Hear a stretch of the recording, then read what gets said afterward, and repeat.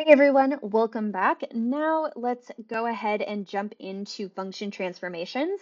In case you missed my last video on parent functions, please go back. I'll put the link in the description below, but please go back and watch that first because these two videos are kind of tied together. Anyways, okay, so in the last video we talked about parent functions. What are they? They are basically like templates. So I kind of like to make the analogy of like dog breeds. So for example, you have Great Danes. So Great Danes all kind of have the same roughly the same features, right? They're roughly a certain height, a certain weight, whatever. However, they're all a little different, right? So same thing with functions. Y equals x squared, that graph or any of its transformed graphs, I guess I could say, are roughly going to have that same U shape, but they're going to look a little different. So first of all, what are the transformations and how can we change the graph? Well, first we can shift it. So we can literally move this graph right, we can move it left, we can move it up or down, right? So we're just moving it. Next, what else could we do? Well, we could reflect it. So we could reflect it over the x-axis so that it flips down. We could reflect it over the y-axis, which in this specific case of what I have graphed on the screen would actually look exactly the same. Um, and then last thing, what we could do is we could stretch it. So we could actually make basically our graph wider or skinnier. So now using the y equals x squared function, let's go ahead and play around with this. And I'm going to kind of show you what I mean and how I can transform this graph or change it while still maintaining that, same rough U shape. Okay, so first let's talk about let's just shift this graph up as a quick example. So again, my parent function is x squared, that stays the same. If I want to move this graph up, let's just say 5 units, all I'm going to do is add a plus 5 to the end. So again, looking over here at this graph on the right, what's happened? Well, my vertex was at 0, 0. Now my vertex is at 0, 5, right? So this entire blue graph, all we did was we just shifted it up 5 units. Now let's say, okay, no, actually, I changed my mind. I want to shift it down 10 units. So in order to shift this graph down 10, all I'm going to do is instead of doing plus 5, I'm going to do minus 10. All right, again, what happened? We had our vertex at 0, 0. Now our vertex is at 0, negative 10. So the entire blue graph has been shifted down 10 units. All right, now let's say I want to shift my graph right or left. So notice here I'm now adding parentheses. So what I'm going to do, let's just take a look at this first. Let me just erase those so it looks nice. There we go. Okay, so this one it's not really that confusing, but it is something you have to remember.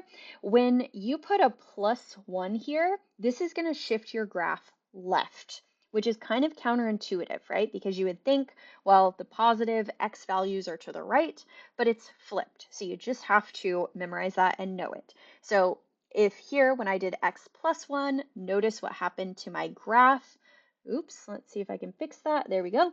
So my vertex was at 0, 0. See, this one's the blue one. This is just my parent function here. And what happened, it shifted left. So now my vertex is at -1, 0.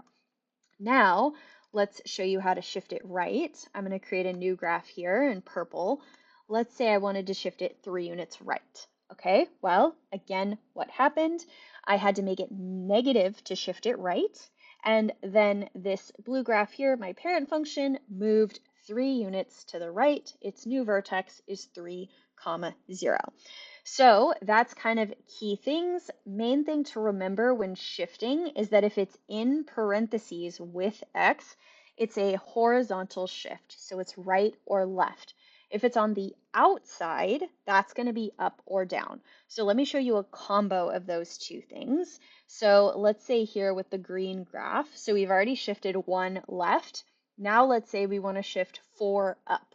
So to do up, I have to make sure I'm outside of the parentheses, and that sign stays the same. So up is positive, down is negative. So you can see here, this is my new vertex. This is my transformed graph here in green. So what happened? Well, my old vertex was at 0, 0. I shifted 1 unit left, and then I shifted 4 units up. So let's do one more example of that. Let me just change these numbers a bit. Let's just say it's like this, and let's say like that. Okay, so again, my parent function is here in blue. My vertex is at 0, 0. Now, if I wanted to get to the green graph, what would I do? Well, this would tell me to shift 2 units right. So I would be over here and then 1 unit down. So that would give me this new vertex here of 2 comma -1. Now, let's talk about what happens if we want to reflect this. So if you want to flip it over the x-axis or flip it over the y-axis. So I'm actually going to keep these transformations for this graph here in green, and let's just see what happens if we add a negative here. Well, look at that. What happened? Basically, now our graph opens down, right? So we still have these other transformations. So basically, we flipped it over the x-axis with that, so it would open down. Actually, let me show you step by step. Let's do it like that. Okay, so we flipped it over the x-axis.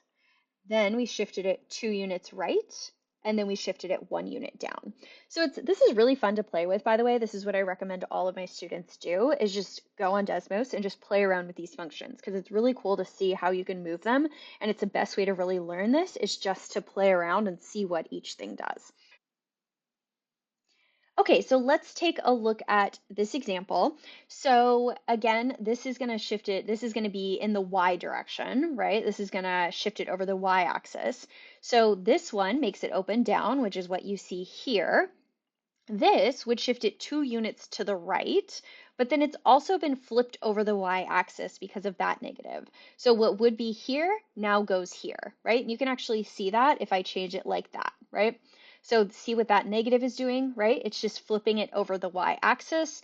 And then this we've already talked about, this -1 is just shifting our vertex down to -1. Okay, good. So now let's take a look at one other example. Let's go with something more simple to start. Let's say that we have a number in front of x squared, like 3. This rule, in my opinion, is probably the hardest to remember because there's multiple ways to get the same outcome. But I'll explain what I'm talking about in just a second. So we have y equals 3x cubed. Okay, so the black graph here is the transformed graph, and how is it different from the blue graph? Well, what you will notice is that basically it's skinnier, right? So this 3, again, you could imagine this like this. It might be more helpful that way to see it. So because it's not in the parentheses with x, this is a vertical transformation. That's really important to note. That's kind of what makes this, I think, rule probably the most difficult. So this here, this is a vertical stretch. So imagine you took the blue graph, imagine it was kind of like a string, and you pull the ends up, right? It's going to get skinnier. So this graph got skinnier because of a vertical stretch by a factor of 3. Okay, now what can be a little confusing is that we can make the graph skinnier also by horizontally compressing the graph.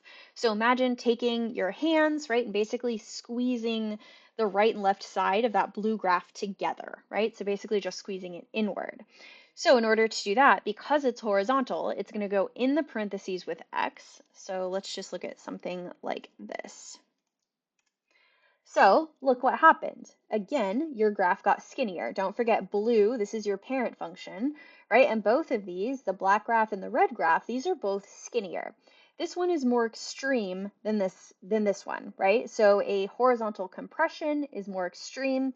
I won't even really talk about why, I'll just kind of mention it quickly, because if you think about it, if you were to just square this, you would get 9x squared, right? So it'd actually be the same if I changed that to a 9. That's not really the point of this though. I just more want you to note that there's 2 ways to make the graph skinnier, which is a vertical stretch or a horizontal compression.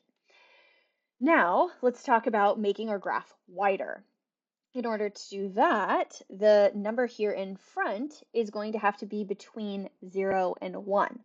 So if it's greater than 1, it makes it skinnier. If it's between 0 and 1, like 1/3, it makes it wider. So notice, and I'm going to do it here as well, 1/3. So notice again, same thing, right? If I were to actually make that a 9, they would look exactly the same, but I'm going to keep it as a 3 just for illustration purposes. So now again, our parent function is this blue one here, and look what's happened. We've made it wider by 2 different actions, we could say. So here, this is a vertical compression, So again, we're kind of like squishing it coming from top and bottom vertically. This is a horizontal stretch. So now we're taking the right side and the left side and we're stretching it. We're making it wider. All right, that takes me through all of the function transformations that we could go over, play around with this. Meet me back in the next video. We're going to do this again using a couple more examples to make sure this really makes sense. Leave me a comment below to let me know what else you would like to see in my upcoming videos. And Happy New Year, everyone. See you later.